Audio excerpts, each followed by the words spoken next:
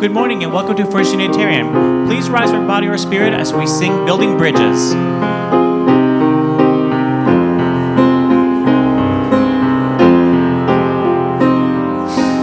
Building bridges between our divisions. I reach out to you, will you reach out to me?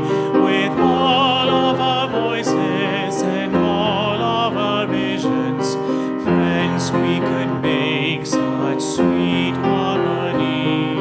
Building bridges between our divisions. I reach out to you, will you reach out to me?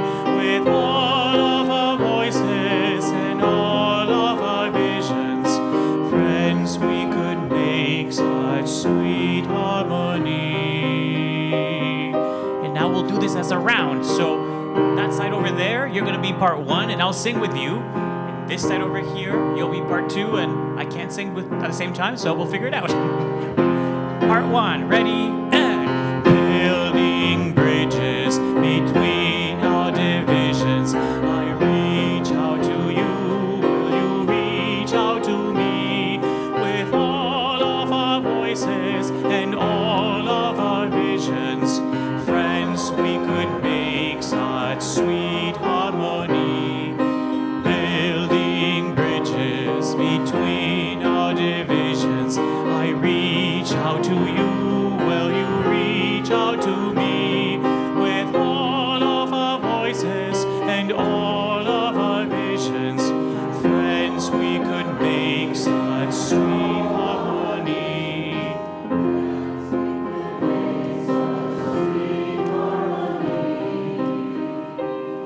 Beautiful, thank you.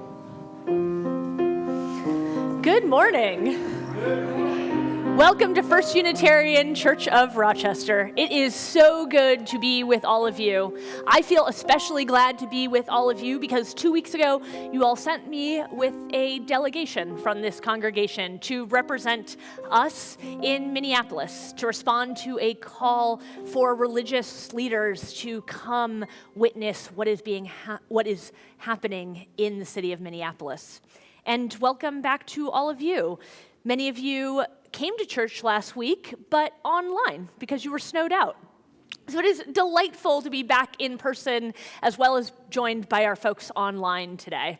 I'm the Reverend Shari. I'm one of the ministers that serves this congregation, along with Reverend AJ, who's leading worship today, though we'll find him.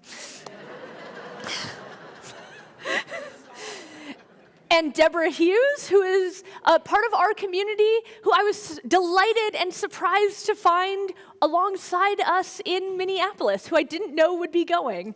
And Deborah is an American Baptist minister and is bad at retirement. And we have Sue and Pablo and the First Unitarian Choir and our AV team and all of you. Together we make church happen. And church isn't just an hour on a Sunday or a couple of hours if you come to Connection first. We are a people with a purpose, and our mission each and every day is through spiritual connection in community.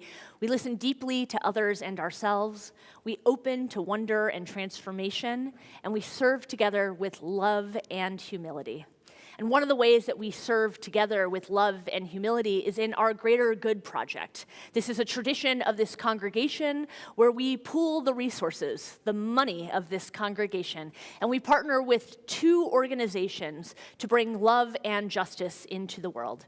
And so I'm proud and delighted and honored to be able to welcome representatives from the People's Pantry today to accept our gift from this year's Greater Good, and as well as Judy, who's a member of our team here.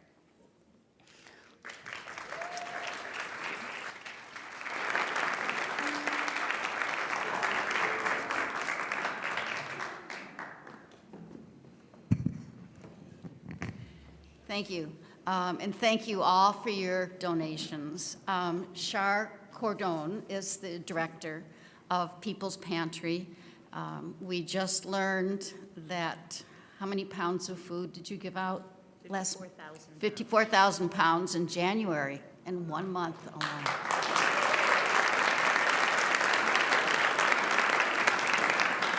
So I'm very excited to present a check for $17,850.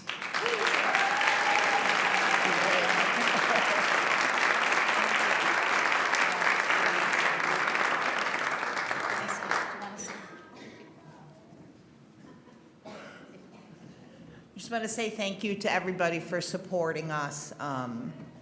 It's a little overwhelming. Thank you.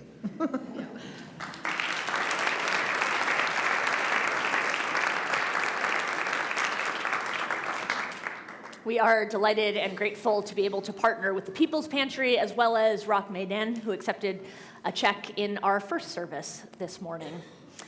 If you're new or newish here, I invite you to stop by our welcome desk out front or come a little bit early next week for our Inquirers series. We gather each and every week between our two services, and one of the ways that people gather is by learning more about what goes on here and helping you get connected. And if you came here to church today because you're worried about yourself or someone else, and who isn't these days, but I invite you to connect with a member of our pastoral care team. Mary Nelson is in a short beige stole in the back waving to you. And if you're online, I invite you to connect with us in the chat or drop us a message. We are a community that cares for one another. All right. Today in this service, we'll share about the softer side of building power, some of the important lessons from Minneapolis. But if you want to learn more, go deeper with us in the less worship sort of way and more PowerPoint sort of way, I invite you to join me on Wednesday evening at 6 p.m. As for now, we gather spirits and hearts full in exactly the place where we ought to be. I invite Reverend AJ to light our chalice.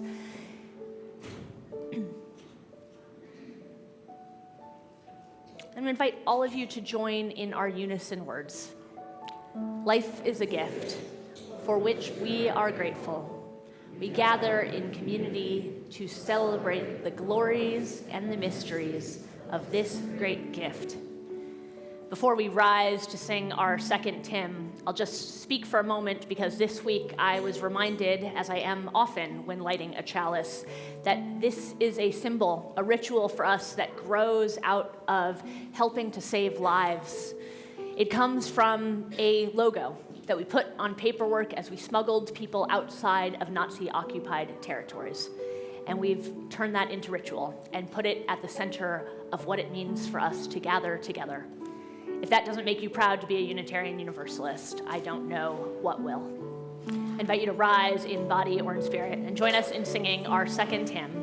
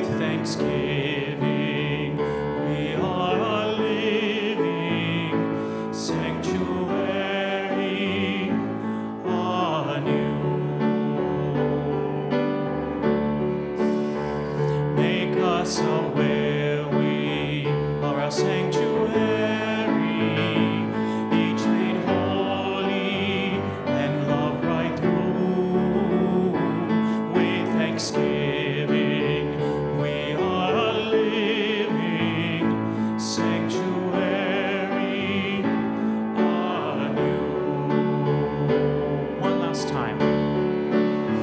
Make us a where we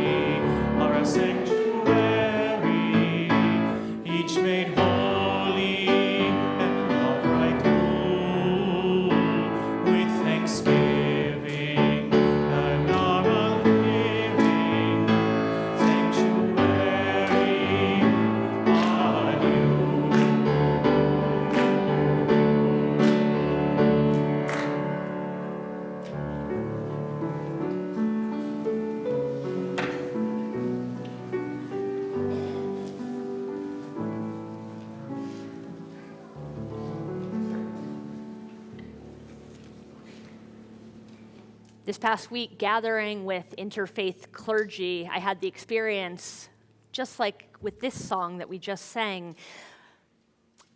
whereas I look into the eyes of people across denominations and religions, that so often we think we know the same songs, but we're singing very different words. It doesn't matter much when you're locked eye to eye singing one another, but the words are different. Going to Minneapolis, things were both worse than I had expected and better than I could have imagined. We were greeted in this interfaith gathering in this downtown congregation that had just completed a $92 million capital campaign.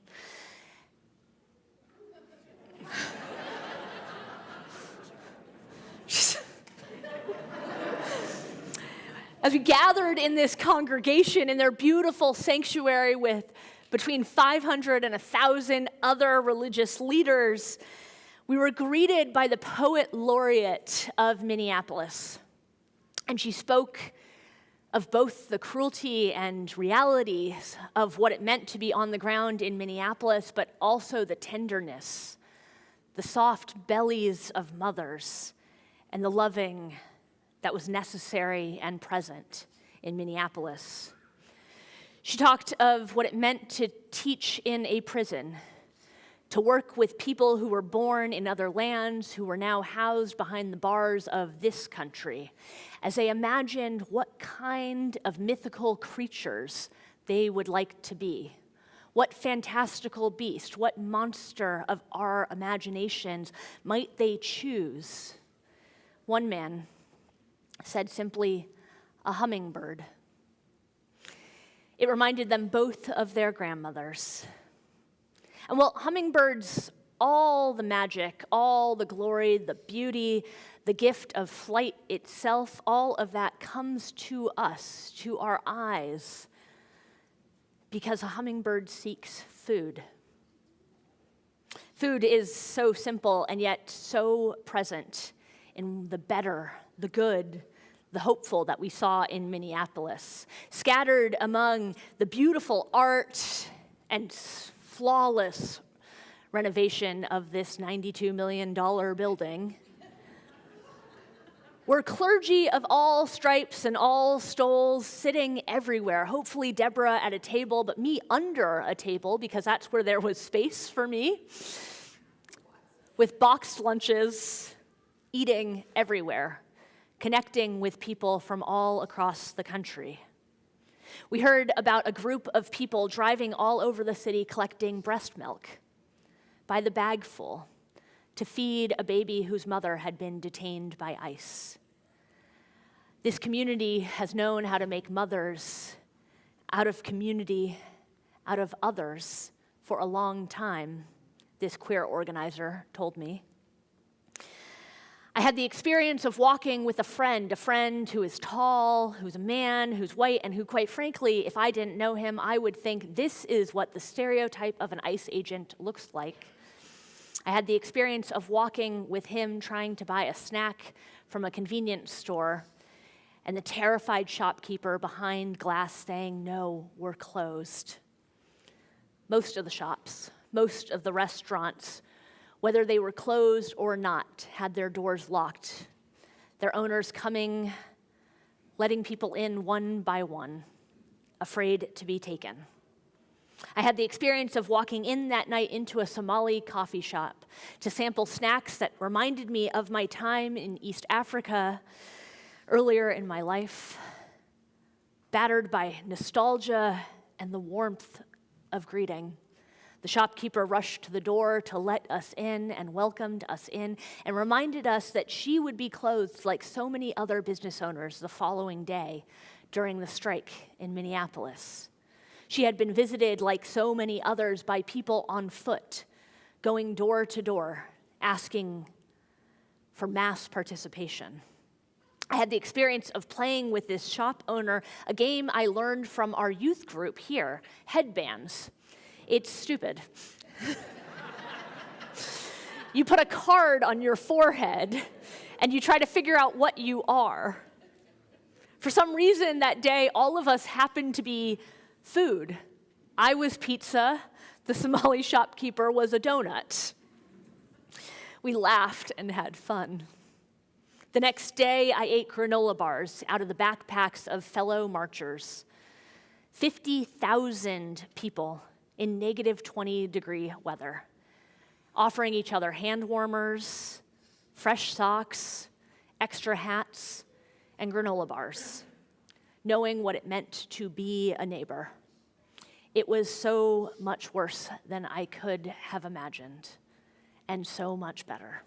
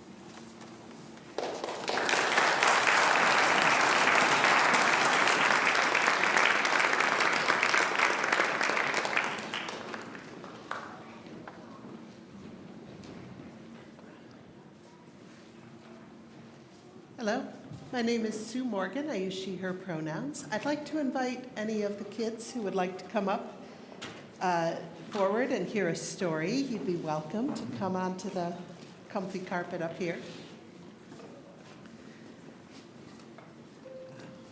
You've even got puppies. Fantastic. You okay?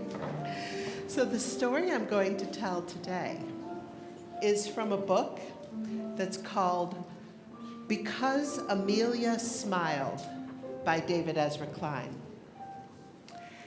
And I'm going to ask for a little bit of help from you guys, from all of y'all. There are two parts in the story where I need a little bit of help. The first part comes about halfway through when I talk about the city of Paris, only I'm going to get fancy and say Paris. And when I say Paris, I'd like you to go, ooh la la. Can we try that? Ready? Paris. Ooh la la. All right, fantastic. And the next part, you're going to meet a character named the Amazing Phyllis. And when you hear the Amazing Phyllis, can you go, ta-da? All ready? Let's try it. The Amazing Phyllis. Ta-da! Perfect. Now we can start. So, the story starts with a little girl whose name is Amelia. And she's walking down the street, and she sees Mrs. Higgins, and she smiles. And Mrs. Higgins smiles back. And because Amelia smiled at Mrs. Higgins was reminded of her grandson, Lionel, and how he smiled. And her grandson was now a grown-up living in Mexico, teaching English language lessons. And when she got home, she thought to herself, I'm going to make some cookies, those ones that Lionel always loved so much, and I'll send him a box of cookies. So she got home, she baked the cookies, she mailed the box off to Mexico, and when Lionel got them, oh, they were his favorites. He ate one cookie, and then he decided to share the rest with his English class. And he taught them a song in English about cookies. And because he shared his cookies and taught them a song about cookies, Synacia Gulps, who was one of his students, decided she wanted to be a teacher too, but not an English teacher. She wanted to be a kickboxing teacher. So she asked her cousin to come with her down to the plaza, and there he filmed her while she did some kickboxing moves, right? And he took that film, he took the video, and he put it online, and it went all over the place. And one of the people who saw it was a ballet dancer in England whose name was Vesta Crump. Now, Vesta Crump was trying to design a dance, and she saw that kickboxing move, and she thought, ooh, I'm going to put that in my choreography. So she designed a dance that had kickboxing moves in it. And that dance, her dance troupe, went all around the world performing that dance. One of the countries that they performed it in was the country of Israel, where there was a little boy just 4 years old whose name was Katz Gugelman. And Katz Gugelman, he didn't really think he liked dancing. He thought it was boring. But when he saw Vesta Crump and her whole troupe do those kickboxing moves, he decided he liked dancing after all. And so that night when he got home, he picked up his little baby brother Ichabod, and he danced Ichabod to sleep that night. Now, because he was danced to sleep that night, baby Ichabod slept the whole night through. And so did his parents. And so did their next door neighbor in the apartment next door, a woman named Betty, who was a rumba queen. And because she slept all night, she woke up in a great mood. And she had an idea. She said, you know what I'm going to do? I am going to treat my whole band. I'm going to take them to get their hair done in Paris. Ooh la la. So they all went to Paris and got their hair done in Paris. Ooh la la. And when they had had their hair done, oh, they felt so fancy and so beautiful and so très, très chic that they decided they were going to give a free concert that night on the Pont Neuf Bridge, which is a famous bridge over the River Seine. So they sang and they danced and they played, and underneath the bridge came a barge. And on that barge was an old man whose name was Gustav. And that music made him remember something. It made him think of a woman he had loved long ago. Her name was the amazing Phyllis. Ta-da! Yes, back when he had been a circus clown and she had been a tightrope walker. So he thought about Phyllis all night long, and in the morning he sent her a bouquet of flowers and a note that said, "Phyllis, after all these years, will you marry me?" When Phyllis got those flowers and that note, oh, she was so happy. She did a thing she hadn't done in years. She leapt up onto the high wire and she began to dance back and forth on the high wire, just as she had done long ago in those days when she had been the amazing Phyllis. Yes. And as she danced, she scattered roses on the ground below. Well, down below her, there was a camera crew filming a documentary about stray cats. And a rose plunked down next to the cameraman, and when he looked up to see where it had come from, there he saw Phyllis up on the high wire doing her thing. And so he shot some footage of her, and it made it onto the news that night. And then that clip made it onto the news everywhere that night. Now, way back in New York, a woman named Lydia Frittata was in her pizzeria making pizzas, and she was watching the news, and she saw Phyllis up there doing her thing and throwing the roses. And she made a decision. She said, "You know what? My little niece, Pia Maria, she loves roses. I'm going to knit her a scarf with red roses on it." So that night, as she was riding home on the subway, she got busy knitting a scarf for her niece. Right across the way on the subway was a man who was only known as Pigeon Man Jones. Pigeon Man Jones watched her knitting, and it made him think of his grandma, his beloved grandma. So that night when he got home, he went all the way up to the rooftop where he kept his pigeons, and he opened all the cages and let the pigeons fly out so they could stretch their wings. And as the pigeons whirled and wheeled up in the sky, he hoped his grandma could see them wherever she was. Now, I don't know if his grandma saw them, but I do know someone saw them looking out her window. Seeing those pigeons wheel and whirl up in the sky was the little girl named Amelia, and she smiled. May this story unfold in your hearts until we are together again.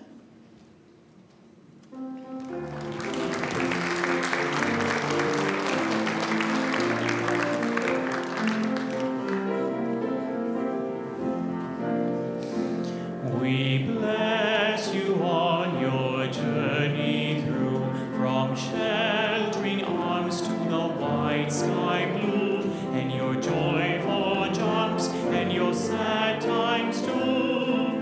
You bless us by being you.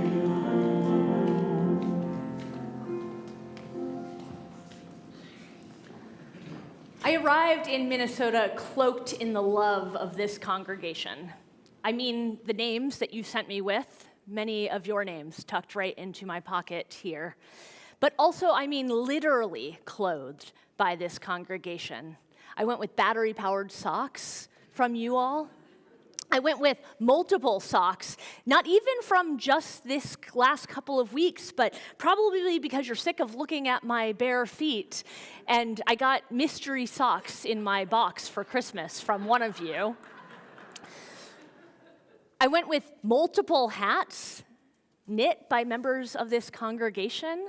I went with snow boots from our church's Buy Nothing group on our church app. I went with a coat that one of you gave me when you outgrew it. I went cloaked in the love of this congregation. And the thing about negative 20-degree weather is you don't actually ever feel warm, no matter how many inches of clothing you have around you. But you don't feel the deadly cold. You don't feel warm, but you don't feel the deadly cold.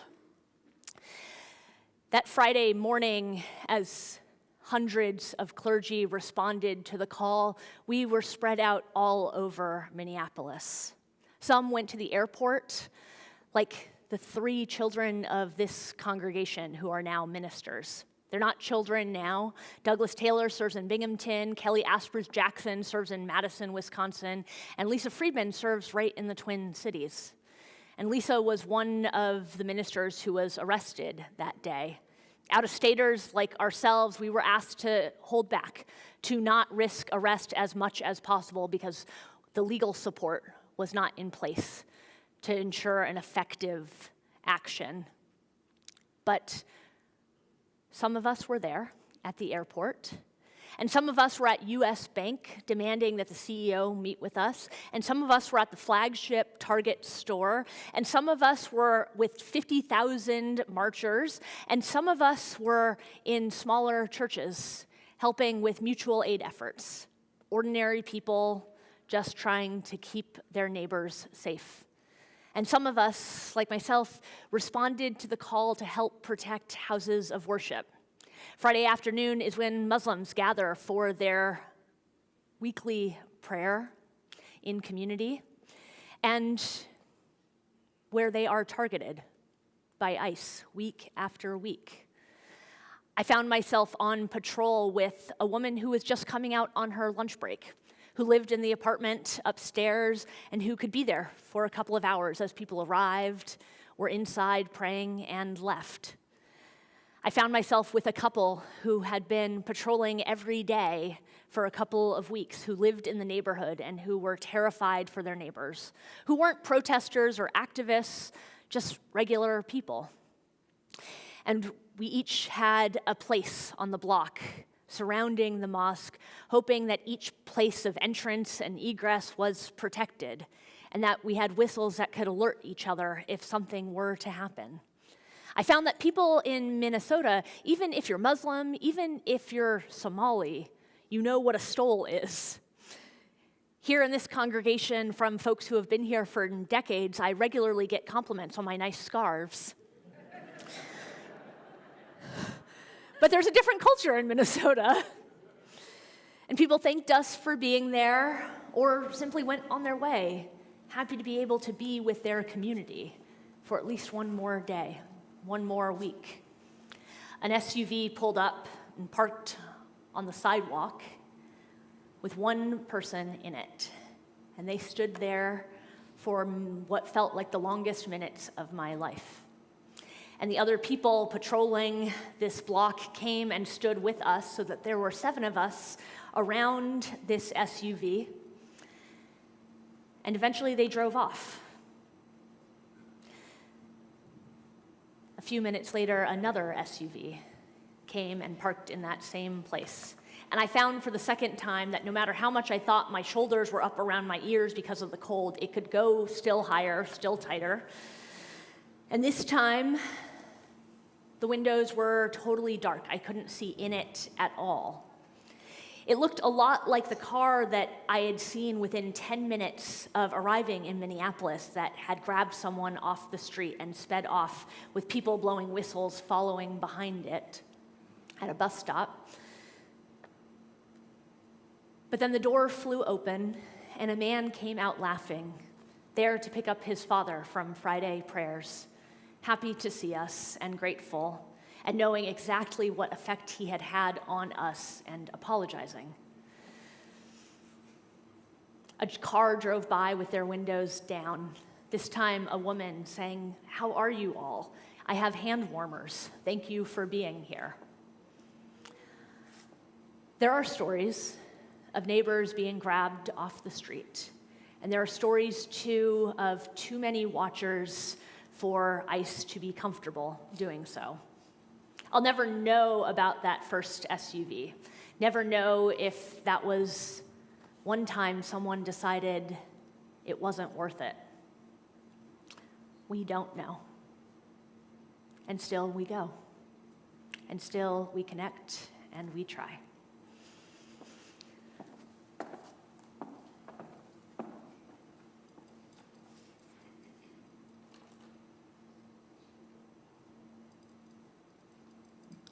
musical meditation today is I Know This Rose Will Open.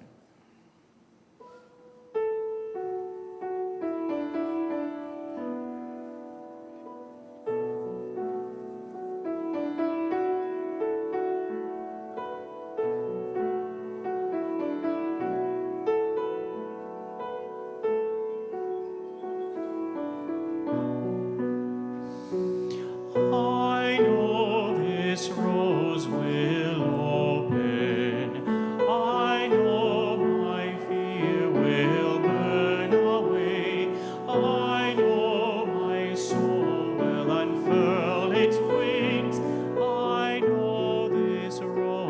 I know this rose will open. I know this rose will open. I know my fear will burn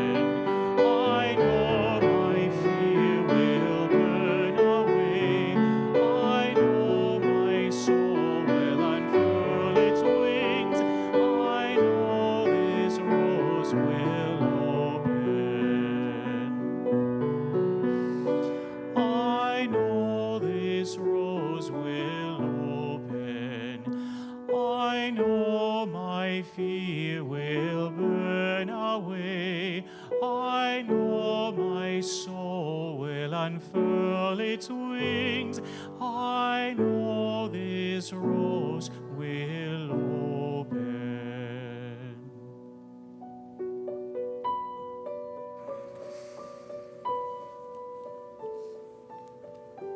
A poem entitled Kindness by the Palestinian-American poet Naomi Shihab Nye, written after her experiences traveling in Colombia in the 70s. Before you know what kindness really is, you must lose things. Feel the future dissolve in a moment like salt in a weakened broth.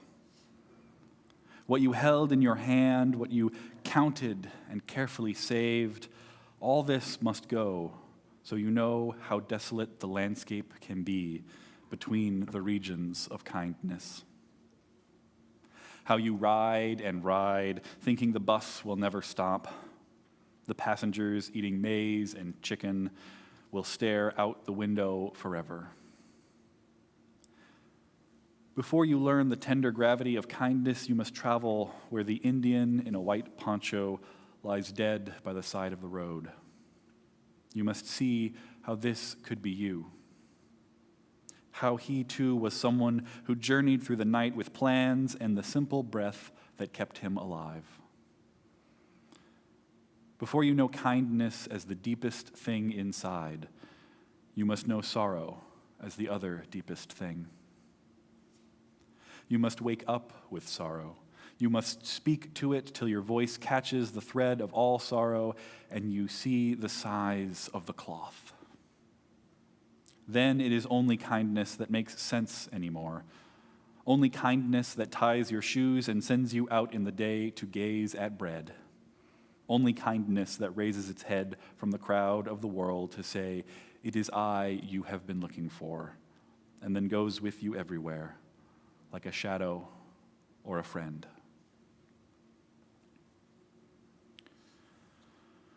Serving in a large congregation with multiple ministers has many blessings, and one of them is that in a time like this past month has been, the ability for one of our ministers to travel to answer the call while another stays home to tend the fires of hearth and community, as I was privileged to do this past week.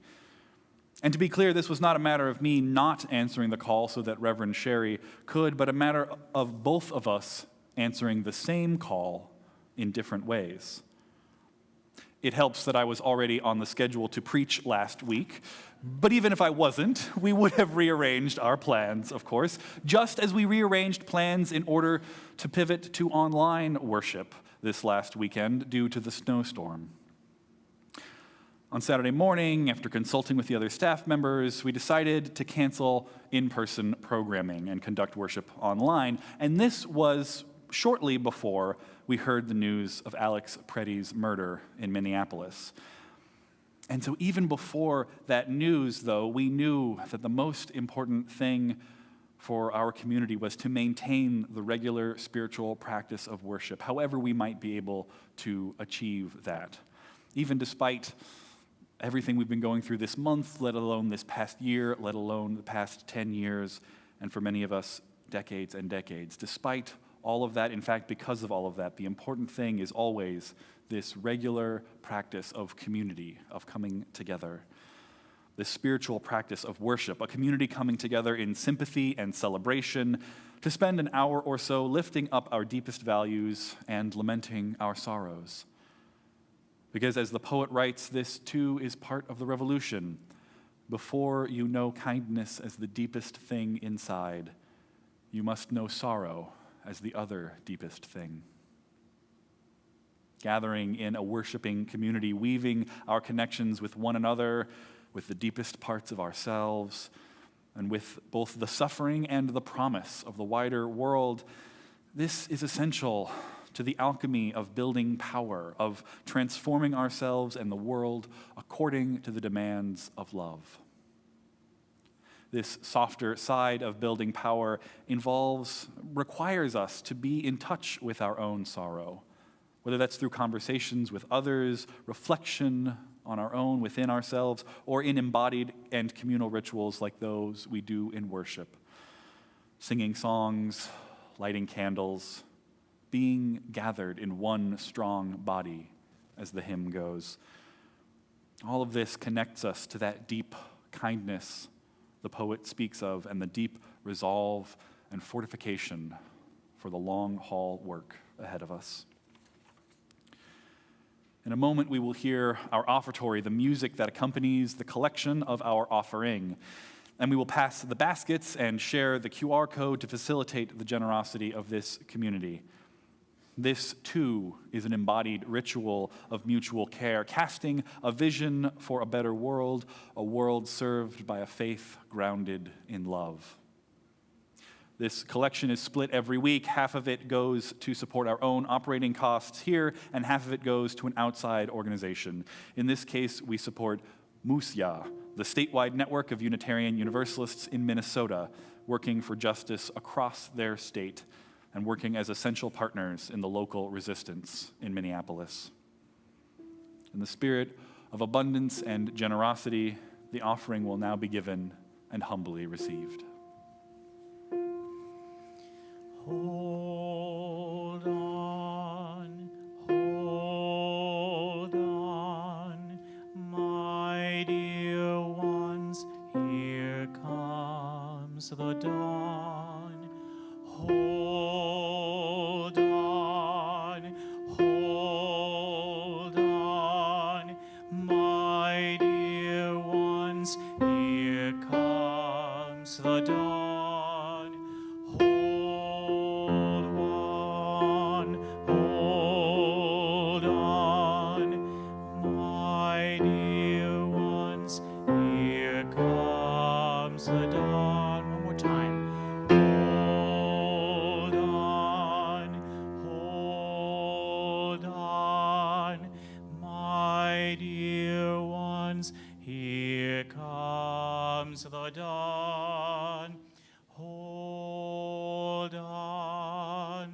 Hold on, my dear ones, here comes, keep going, the sun.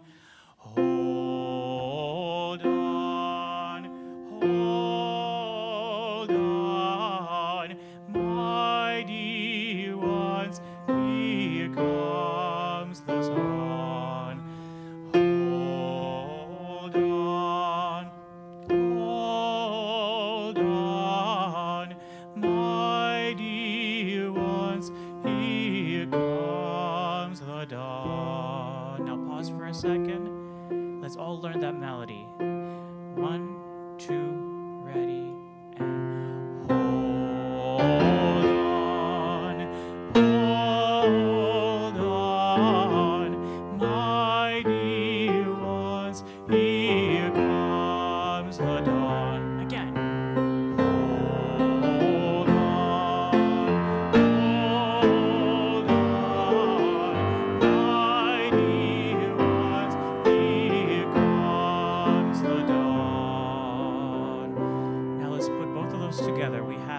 original line with a repeated note and the melody. See what you remember? Let's make some music. And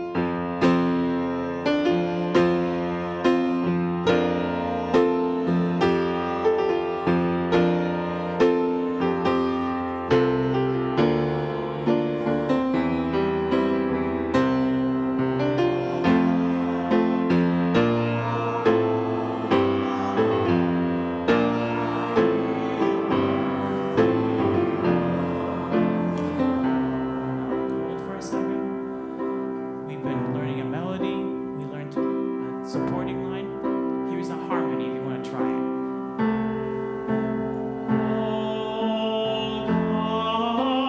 Hold on, my dear ones, here comes the dawn. Ready? Try it.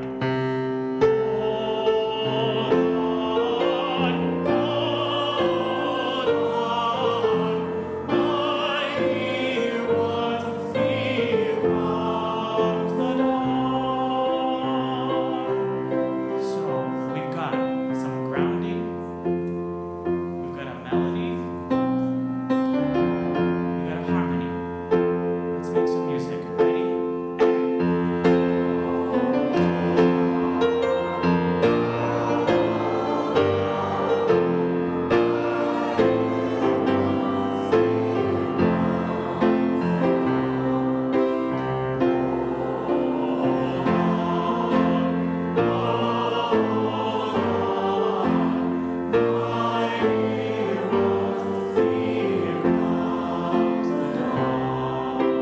One more time.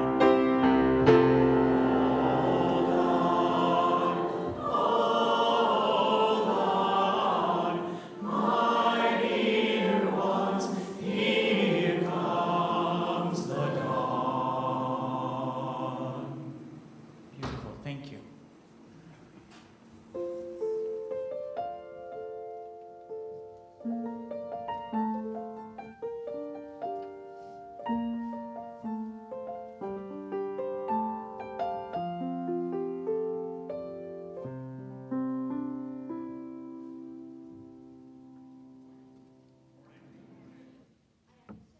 I was not surprised to see Reverend Shari at the gathering in Minneapolis, but I was really surprised that she was surprised to see me. Because they actually vetted all of us who were there, who were clergy, and I had used her as a reference. So I assumed that she knew, but apparently it was my Baptist friends who got me in. A person I've known for years in the American Baptist group is a fellow named Travis Norvell, who's the pastor at Judson Memorial Baptist Church. And his sermon title out in front of the church, which is still up, is "Blessed are the whistleblowers, for they play the song of salvation." I think I'll stay down here. So Travis and I were young ministers together. He was, the next group coming up, and it's really shocking that now I'm retired. No longer a young radical, I guess. I had the opportunity on Friday morning, while some folks were at the airport and other places, to go to a church by the name of Dios Habla Hoy, where their pastor, Sergio, was leading this amazing mutual aid ministry, responding to people who were trapped in their houses. I can name that church and I can name that pastor because he's already been exposed in the press. And so, unlike so much of the work that's going on, where people are carefully protecting one another as well as protecting those who served, that church has had their name spread all over the television networks. When we got to the church, it was a small church in the neighborhood, and outside it looked like a contemporary building. When we got inside, it was all cement blocks. But I'm pretty sure it wasn't IMPay who had the vision for their construction. I think it was the limitations of their budget. The church was about a fourth the size of this space in the sanctuary.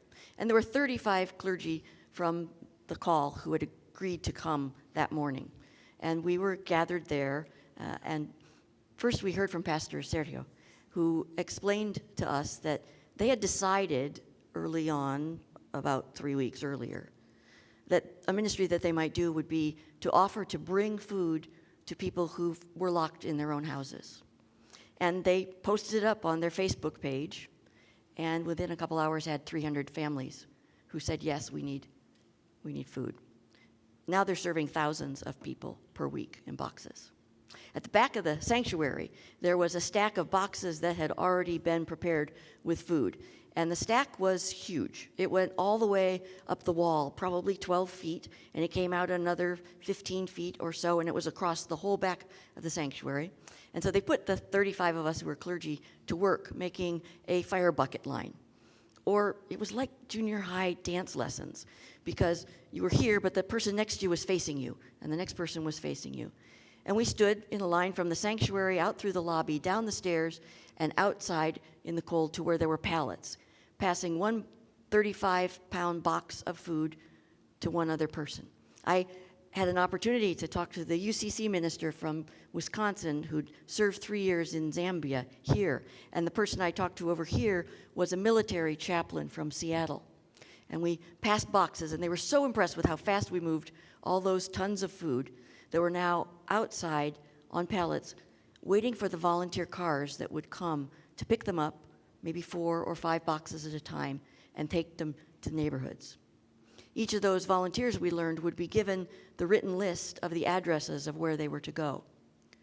And on their way, they were supposed to be very careful that they were not being followed or observed by an ICE vehicle. If they were to turn around and come right back to the church, where that list would be passed off to someone else who would try again later that day. On the other hand, if they were detained for any reason, they were asked not to share the list of names and places. And so the expectation was they would eat it. We did our job of moving the food, and then we got to go downstairs to the space that was full of things that were being donated and contributed that could be distributed to families in need. So my first job was to work with the toilet paper people. We had to take the 24 and 12 and 36 rolls of toilet paper and break them into 2 rolls and put them in a plastic bag. And if you can imagine a whole bunch of people tearing up the toilet paper and putting it in the bags and tossing, and again, we'd built a huge pyramid of toilet paper, the rolls not staying where they were put. And my job became to procure boxes into which to put the toilet paper in its little box so we could take it out to the pallets. Because the good boxes for food couldn't be used, I had to unload boxes of beans, to steal a box from the beans and steal a box from the rice, putting the rice into bags so that we could move the toilet paper. And then we finished with the toilet paper job, knowing that that entire mountain of toilet paper would be given away that day in boxes. And I went into the room where they were doing the hygiene kits, first cutting up toothbrushes so that there could be one toothbrush put into a Ziploc bag with some Q-tips. And we filled those, and then I was assigned soap, but I flunked out of soap because it made me sneeze. So they gave me the hygiene committee, and behind this wall of diapers that were all sorted by size, because they're not trying to meet any dietary restrictions, but the one thing that they're doing is if you ask for a particular diaper size, that's the size you'll get, and if you need a particular kind of formula, you will get that. But otherwise, you get what's in the box. So we're behind this wall of diapers, and there's about 10 of us who all look like this group, who were assembling 6 tampons and 6 pads into one Ziploc, unless you had a bigger Ziploc, in which case you could do 10 tampons and 10 pads. And we're all on the floor doing this, creating these hygiene packets and talking. When we came in, it was all clergy. But by 10 o'clock, the regular volunteers had arrived. And so now I was the only clergy in this group of people who were talking and sharing their thanks for us being there, that they had felt so supported by people just showing up. And there was one woman who had told me that she volunteers with her great-grandson's class. And for her grandson's class, she had DOPAs.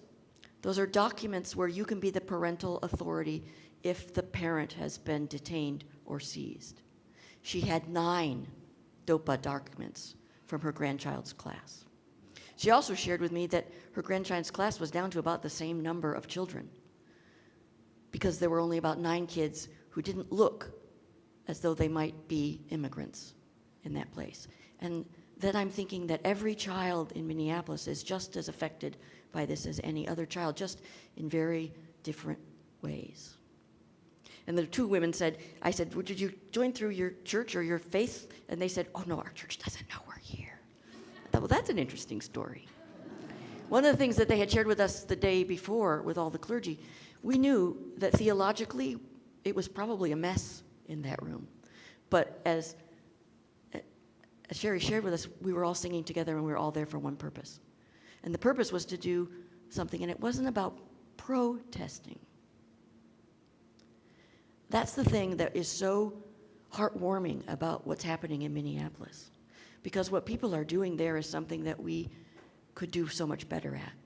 It was about love. It wasn't about stopping ICE. Let's not be confused. They have all the power. They have all the weapons. People are daring to stand with whistles on a street corner, not because they are confronting ICE, but because they are protecting other people. Because the whistle blow says someone's here, and if that's risky for you, don't come here. And the whistle blow says, I'm standing here. Come join me and stand with me in this moment.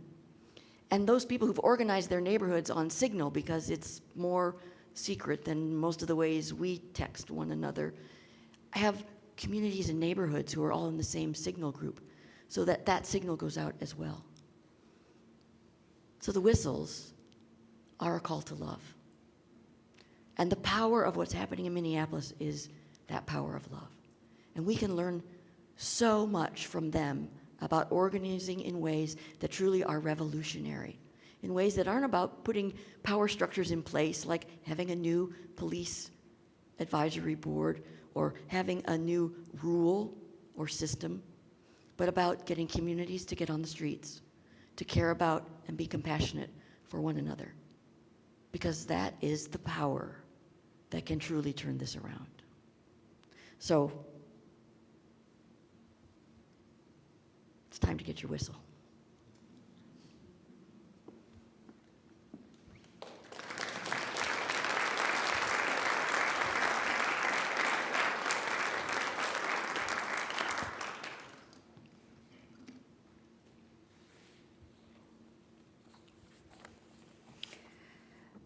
A reading from Watola Rosemary Traumer, The Flourishing to Come, on Imbolc 2026.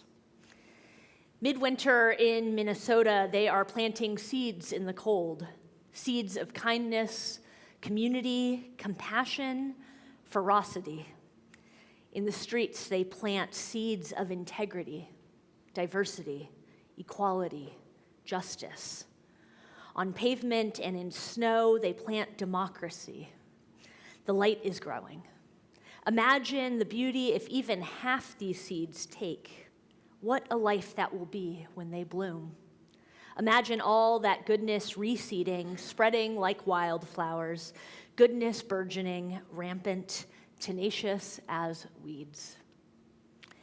I invite you to join me in the spirit of prayer, a posture of centering, of meditation.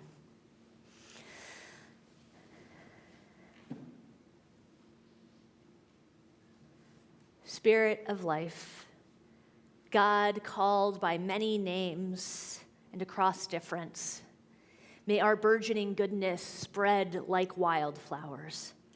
May our tenacity be as weeds. This week, may we get to know our neighbors more deeply. May we tend our grief, knowing that it does not mean not to feel it. May we be fantastical, like birds, those descendants of dinosaurs floating in the air. May we feed each other, literally. May we clothe one another, literally. May we house the stranger, literally. As we offer the plums of our own heart to this moment, may we be the body of salvation, not as sacrifice, but as surrender to a life more beautiful and bigger than we might have imagined before. May we be like mythical, beautiful, and real hummingbirds, beasts of our imagination, power that is gentle and ferocious. May our prayers take flight on the wings of love. Amen, and blessed be. Each week we gather to share what is on our hearts and offer it to the altar of spirit and community. We gather to light candles, to type into the chat, or to simply be in our seats and bear witness to one another. And we do so as an embodiment of what it means to be in community. We do this as practice, as a rehearsal of the community that we are called to be. And we bring what is true in our personal lives, whatever grief or growth or gratitude that's built up over the week that we're carrying with us. And we do it also, though, as an understanding and acknowledgement that none of us are alone in that whatever it is that we carry, we do so together. May ours be a world that we face together. I invite you now to come forward, to bear witness to one another's hearts, and to offer what is yours to our gathering.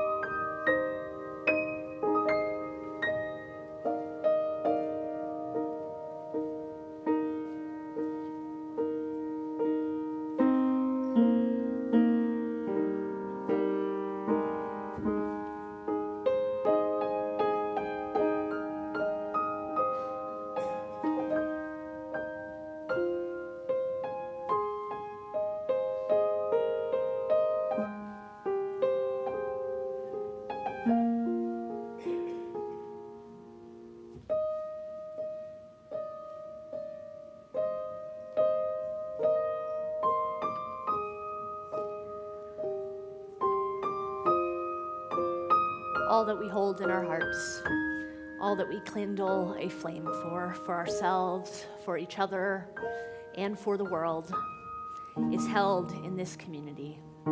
Is held by the warmth that we kindle and by the larger love that holds us all always. Amen, and blessed be. I invite you to rise in body. And if that doesn't work for you, I invite you to rise in spirit. And if that doesn't work for you, the rest of us, well, we've got you. That's what church is for. We're going to sing together. We're going to keep on moving forward.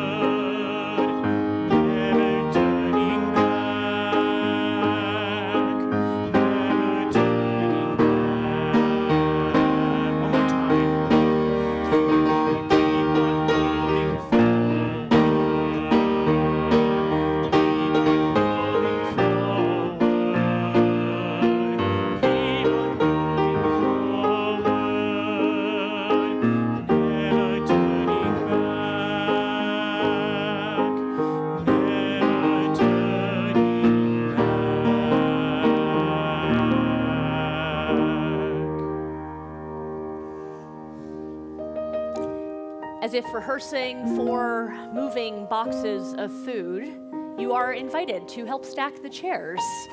Arms with arms and no arms with no arms. We don't believe much in separation here, except for chairs. I invite you to join me in our unison words as we extinguish our chalice.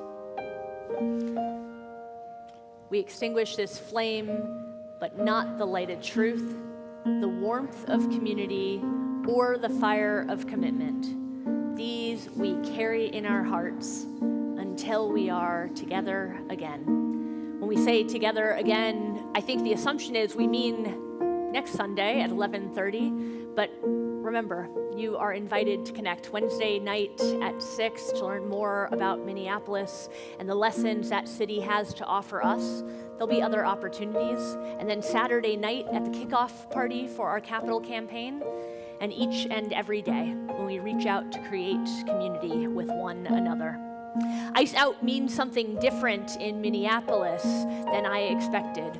Ice Out is the call every spring when the ice has cleared from the frozen lakes and rivers so that people, boats, bodies can move freely. Ours is a call to remember that even when we can't feel it, there are warm days coming, and the sun and the light will break up the ice so that bodies can move freely. May we be a source of warmth. May we help the movement and the freedom that is to come. Amen. Go in peace. Go in love.